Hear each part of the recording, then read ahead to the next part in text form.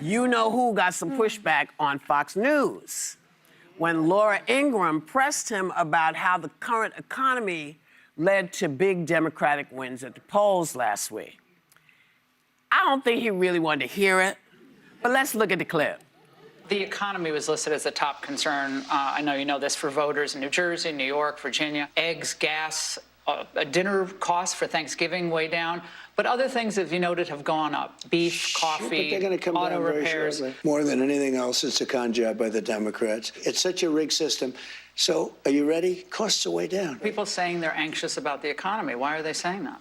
I don't know that they are saying. I think polls are fake. We have the greatest economy we've ever had. Okay, anybody who's been to the grocery store knows that, you know, it's not good out there.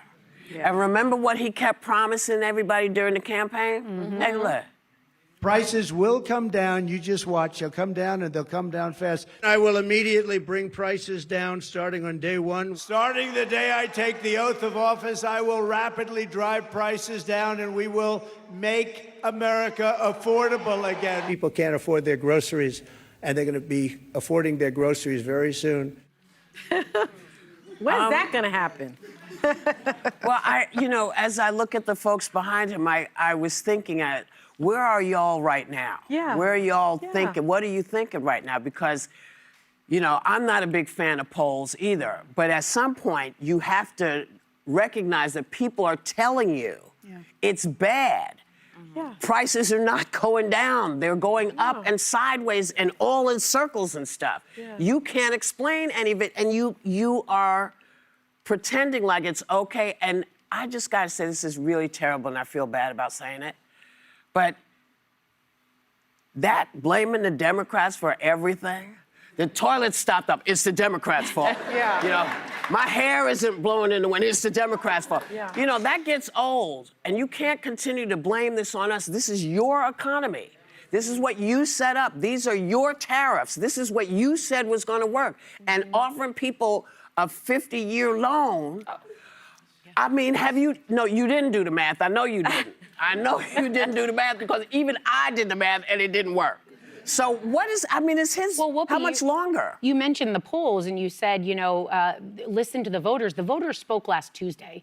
It was a blue wave of voters showing up in record and historic numbers. And the Democrats didn't just win, they slam dunked the whole damn thing. So that was the poll you can watch and believe in numbers. But I remember how all the way through, you know, there was a lot of criticism across the board of President Biden when everyone kept quoting stats. You know, inflation's down, employment's up, but people kept saying, I'm still hurting.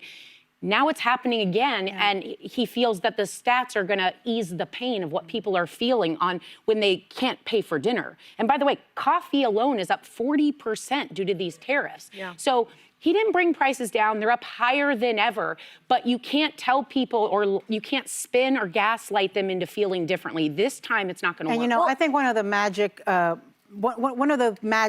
of the magic of Bill Clinton that people really related to and liked is that he would tell you, I feel your pain. Yeah. And when you heard him say that, you believed it because he was a guy who had grown up poor, Hope, Arkansas. Yeah. With Donald Trump, instead of telling Americans who are clearly in pain, we have seen it. We have seen federal workers not getting paid. We have seen people making lines around the block to go to a food pantry. Yeah. We are seeing mothers crying on TV saying, I can't feed my child because I have no SNAP benefits. We have seen people in angst talk about they're not going to be able to get health insurance. And instead of him saying, I feel your pain or showing it, he goes to Mar-a-Lago. He talks about a $300 million ballroom. He's showing off the gold in the Oval Office. It looks like a brothel in Las Vegas right now. Yeah. He is, you know, he likes to talk about the big, beautiful bill. The problem with Donald Trump is that he lives in a big billionaire bubble. Yes. And nobody around him tells him or shows him or has the lived experience of saying, I just went to the grocery store and I couldn't buy meat for my children. Yeah. I just went to the gas station and I couldn't put gas in my car because I haven't gotten a paycheck in a month. Nobody's there to tell him that. Marjorie's telling Would he J.D. listen? Vance, Would he that's listen the thing, though. anyway? J.D. Yes, Vance J.D. Vance allegedly does have grew that up lived in the experience, and that's Appalachians. where I would hope that would be spoken to. Because listen, the problems with the economy, they're systemic. They are bigger than this government shutdown. They're bigger than any one administration.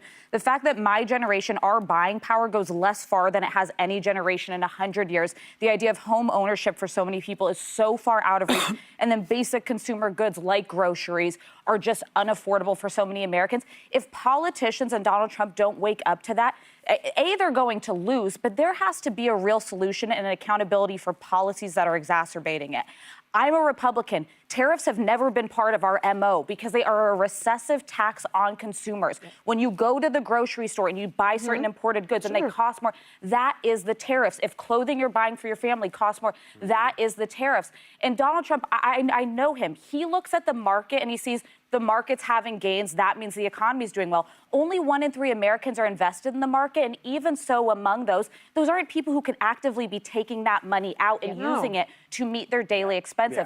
A wild stat is that it's something like a fourth of Americans only have about $1,000 if an emergency or a crisis hit of emergency spending. That's devastating. I did not grow up rich. I always say we were aspirationally middle class. My mom made us feel middle class. We were not. I know what that struggle is like, and if you cannot feel it, you deserve to lose. We need people who are actually fighting to bring down costs for Americans. I think we're all saying the same thing, but I think the bottom line is he doesn't care. He just doesn't care. Let's be real about this. He lied on that during that interview. He knows very well prices are up. And the bottom line is he's more interested in power than prices. That's just it. You know, let's call a thing a thing. And Let's call a thing a thing. The other crazy thing when you're talking about that $1,000, it's like when you try to explain to people what that means, how this is affecting people. The fact that that whole group there, I mean, I got to give it to her. MTG, Marjorie Taylor Greene, she is still saying this is not right. $1,000 means you're one accident, one health issue, one missed day of work, one lost job away from extreme, abject poverty. And there is being no unhoused. anxiety, like financial anxiety, that feeling of I'm not going to be able to put food on the table, I'm not going to be able to pay my rent. And you know what's also fueling a lot of this? We are overtaxed on everything. When they don't know what to do, they say we're going to raise your taxes. Except for the billionaires. Except for the billionaires. But it is, it used to be people could take a vacation, they could go to do stuff. Suddenly now, they can't do any of those things, and they're working to pay the government. It's time for change, y'all.